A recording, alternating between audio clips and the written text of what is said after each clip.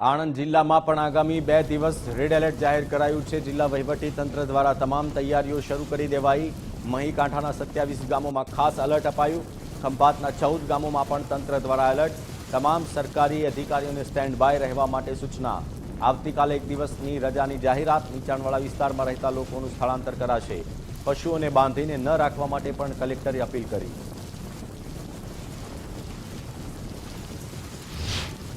રાજ્યમાં હવામાન વિભાગની આગાહી પ્રમાણે કુલ 13 જેટલા જિલ્લામાં રેડ એલર્ટ જાહેર કરવામાં આવ્યું છે અને આવતીકાલે ભારેથી અતિભારે વરસાદ આ વિસ્તારોમાં થઈ શકે તે પ્રકારની સંભાવનાઓ છે। સમગ્ર બાબતે તંત્રને એલર્ટ કરી દેવામાં આવ્યું છે। આણંદ જિલ્લો પણ આ યાદીમાં સામેલ છે। ત્યારે આણંદ જિલ્લા કલેક્ટર પ્રવીણ ચૌધરી સર આપણી સાથે ઉપસ્થિત છે। સીધા જાણીએ સાહેબ, કયા પ્રકારની પરિસ્થિતિ છે? રેડ એલર્ટ છે, કેન્દ્રથી લઈને રાજ્ય સરકાર સુધી તમામ તરફથી નિર્દેશ આવી રહ્યા છે, શું કહેશો? ભારતીય હવામાન વિભાગ તરફથી જે બંગાળની ખાડીમાં એક ડિપ્રેશન ક્રિએટ થયું હતું, જે અત્યારે શિફ્ટ થઈને આ બાજુ વેસ્ટર્ન સાઈડમાં એટલે પશ્ચિમ બાજુ જે આવી રહ્યો છે, એના લીધે ભારેથી અતિભારે વરસાદની આગાહી છે જ। અત્યારે પણ આપે જોઈ શકો છો આખા જિલ્લામાં એક ઓવરકાસ્ટ એટલે વાદળભરો માહોલ છે। પણ આજે રાત્રેથી અને આવતીકાલ આખા દિવસ ખૂબ અતિભારે વરસાદની આગાહી છે અને મહી બેસિનના ઉપરવાસમાં પણ ખૂબ ભારે વરસાદ થવાની શક્યતાઓ છે। એને ધ્યાનમાં લઈને આપણે જે નદી કાંઠાના જેટલા ગામો છે, આ ગામોના તમામ લોકોને અલર્ટ અત્યારે કરી દેવામાં આવી રહ્યા છે।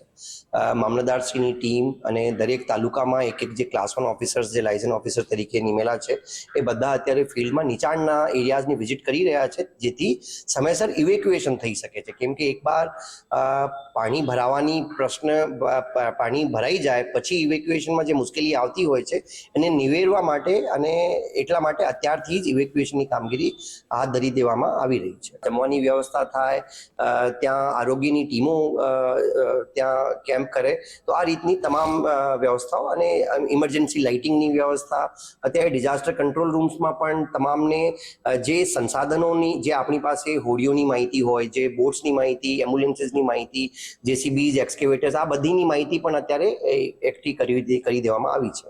સર, પશુધનને લઈને કોઈ સૂચનાઓ આપવામાં આવી છે કે